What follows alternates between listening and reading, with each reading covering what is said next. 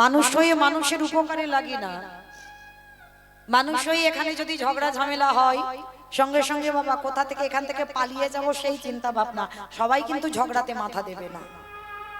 এখানে কোনো দুর্ঘটনা ঘটলে আগে বলবে বাবা পালাইছো, বাবা ওতে মাথা দেওয়ার দরকার নেই। এটা মানুষে মানুষে হয়। কিন্তু বাবা আমার ভগবানকে ভালোবেসেছিল তারা পশু পাখিরাও, যাদের মনুষ্য কুলে জন্ম নয়, যাদের কপি কুলে জন্ম ছিল, ভক্তপ্রবার বীর হনুমান। দেখবেন আজ পর্যন্ত জগতে কোনো ভক্ত দেখাতে পারেনি হৃদয় চিরে রাম সীতার যুগল মূর্তি। পেরেছে দেখাতে? একজন ভক্ত করেছিল, যেটা আমার হনুমান। কবে দেখিয়েছিল জানো?